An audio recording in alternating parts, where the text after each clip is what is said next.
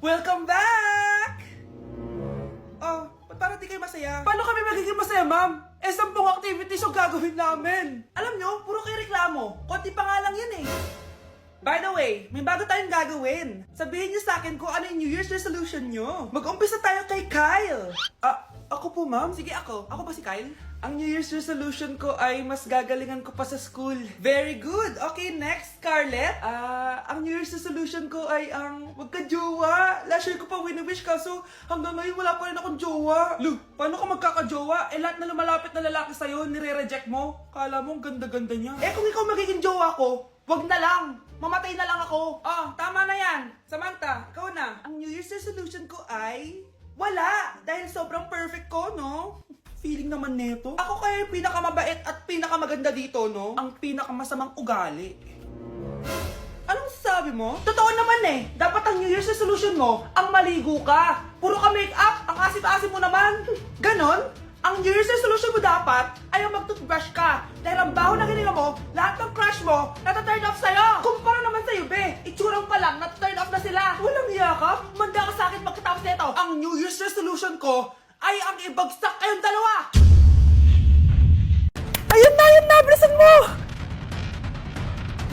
Hala, dugo ba yung pinampunas niya sa mukha niya? Anak, tignan mo to, oh. Ano yun, Nay?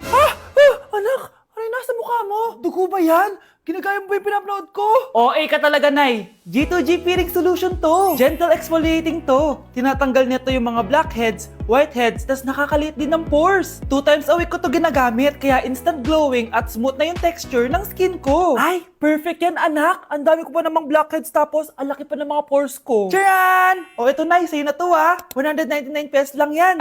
Thank you, anak, ha. Huwag mo na ulit ako gugulatin ng ganun, ha. OA ka lang talaga, Nay. Hey Susan, someone's calling. Hello anak, kamusta na kayo dyan? Padala ka ng 10,000 ha, dahil wala na kaming baon ng mga kapatid ko. Anak, pasensya ka na, di mo na ako makakapagpadala ngayon. Di ba pumunta ka dyan para sa amin? Wala ka naman palang kwenta eh. Sige anak, gagawin ko ng paraan ha.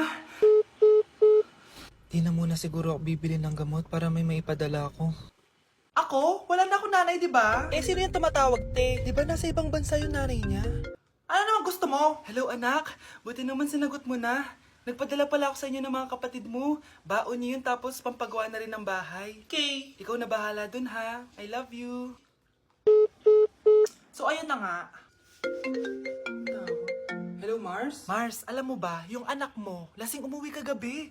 May kasama pang lalaki. Baka ibang babae yun, Mars, ha? Hindi naman ganun yung anak ko. Sure ka ba talaga, Mars, na yung mga perang pinapadala mo, napupunta talaga sa baon at bahay nyo?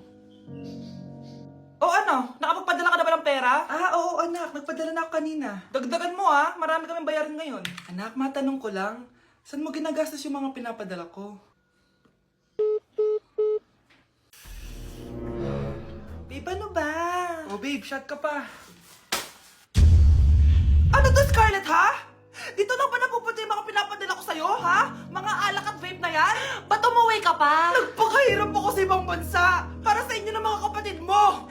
Simula nung iniwan mo kami, wala na kaming nanay. Sa tingin mo ginusto ko to, ha? Wala akong choice, Scarlett. Ginawa ko to para sa inyo ng kapatid mo. Sa tingin mo ba ginusto namin na umalis ka? Nasanay kami nung wala ka. Kaya okay kami kahit mawala ka. Nay! Una na kami, Scarlett, ha? Salamat po sa pagpunta. Scarlett, pinapabigay yan ng nanay mo bago siya mamatay. Ang laki nito, tita. Inipon ng nanay mo yan para sa inyo ng mga kapatid mo. Sana gamitin mo ng maayos. Kahit wala ka na, hindi mo pa rin kami pinapabayaan. Salamat, Nay. Sana yan ang makakapagpabago sa'yo, anak.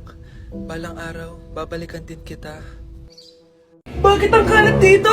Hoy! Maglinis nga kayo! Wala kayong katulong dito, Tinatamad ako maglinis, Nay! Ayaw nyo! Bibigyan ko ng 1,000 pesos ang pinakamasipag kong anak. 1,000 pesos? Sige, maglilinis na ako! A few moments later. Nay, nagwawalis ako. Nawalis ko na yung buong bahay. Wow, ang sipag. Nay, parang ako yung pinakamasipag, Deserve ko ng 1,000 pesos. Aba, himala. Ang saya-saya pala maghugas ng plato, Nay. Nag-enjoy ako. Himala, ang sisipag nyo, Kyle, bakit wala kang ginagawa? Ayaw mo ba ng 1,000 pesos? Nay, ako po ang pinakamasipag sa kanila. Ha? Paano ka naging masipag? Hindi ka naman naglilinis. please? Oo nga, Nay. Mas deserve namin yung 1,000 pesos. Araw-araw ako naglilinis ng buong bahay. Samantalang sila, walang ginagawa. May video ako dito, Nay. Gusto niyo pong makita? Totoo ba to? Nay, magpapaliwanag kami. Kyle, eto 1,000 para sa'yo. Thank you, Nay. Simula ngayon, kayo na ang maglilinis ng buong bahay.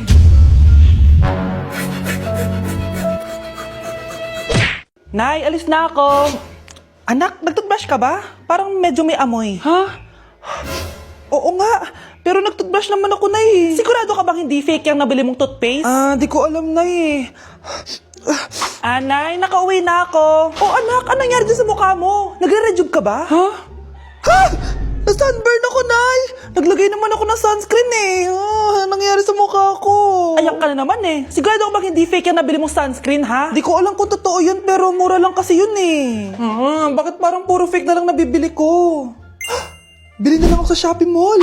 Nay, yung mga parcel ko, dumating na ba? Oo. O, eto. Ano naman yung mga yan, ha? Mga essentials, Nay, like this Bello Sun Expert Dewy Essence na buy one, take one. Alam mo na, malapit na ang summer. O, eto pa, Nay. Colgate Optic White Purple Toothpaste at O2 Aromatic Menthol para sa fresh breath at whiter teeth. Anak, sigurado ka ba mga authentic yung mga pinagbibili mo, ha? Oo naman, Nay. Eto, sigurado na talaga ako dito dahil sa Shopee Mall ko to nabili. Nandito na kasi mga big brands pero lower than SRP. Ayan ang gusto ko, sa sigurado. Lahat dito 100% authentic, kaya kayo, shop na dahil sigurado sa Shopee Mall.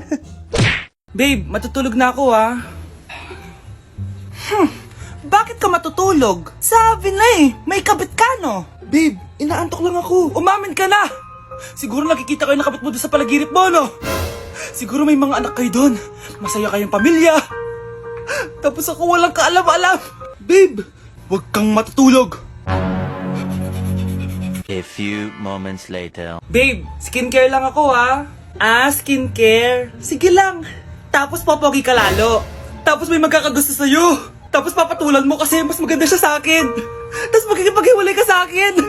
Babe, ano ba? Tapos di ako mabubuhay na maayos. Magkakasakit ako. Mamamatay ako.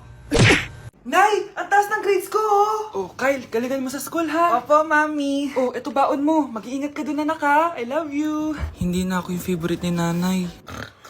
Hoy, gumising ka na. Paano katulog dyan? Nagluto kita na paborito mo ulam. Kumain ka na dun. Sige po, kakain na ako. Baka ayaw niya lang talaga sa akin. Brianna! Binilan kita na skincare mo. Alam ko kasi mahilig ka dito. Wow, Nay! The best ka talaga. Siyempre naman, anak kita eh. Namimiss ko na banding natin, Nay. Anak, tara TikTok tayo. Sige, Nay.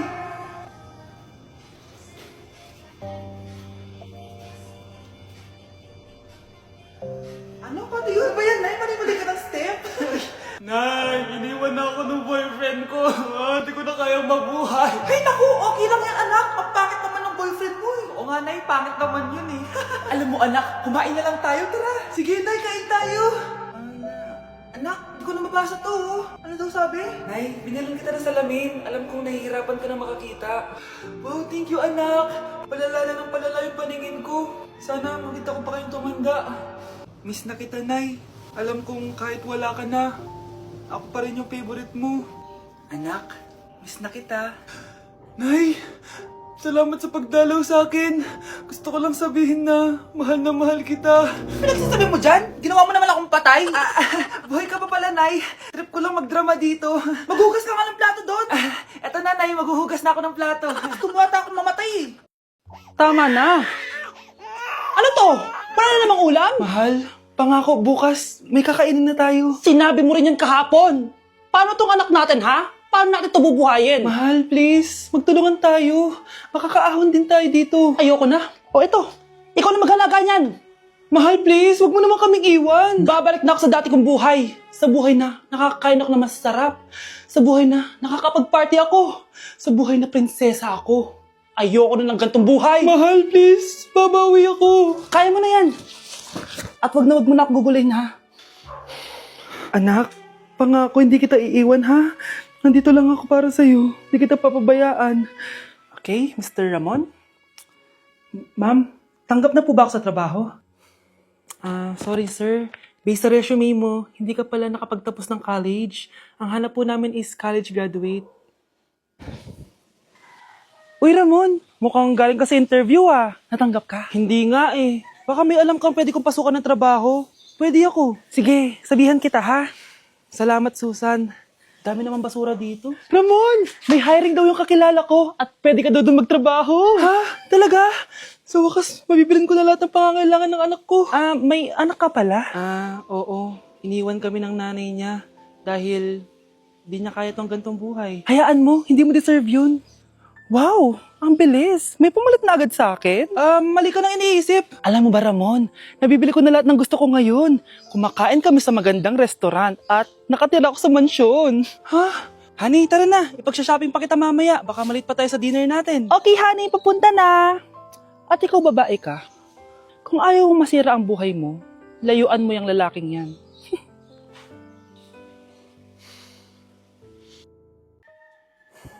Iniisip mo pa rin ba yung sinabi ng dati mong asawa? Baka totoo nga, na isa lang akong hampas lupa, na hindi nagaganda ang buhay. Ano ka ba? May anak ka na umaasa sa'yo. Tsaka, magkakatrabaho ka na, di ba? Hindi ko na alam. Sobrang bigat na. Pero salamat, Susan. Napagaan mo loob ko.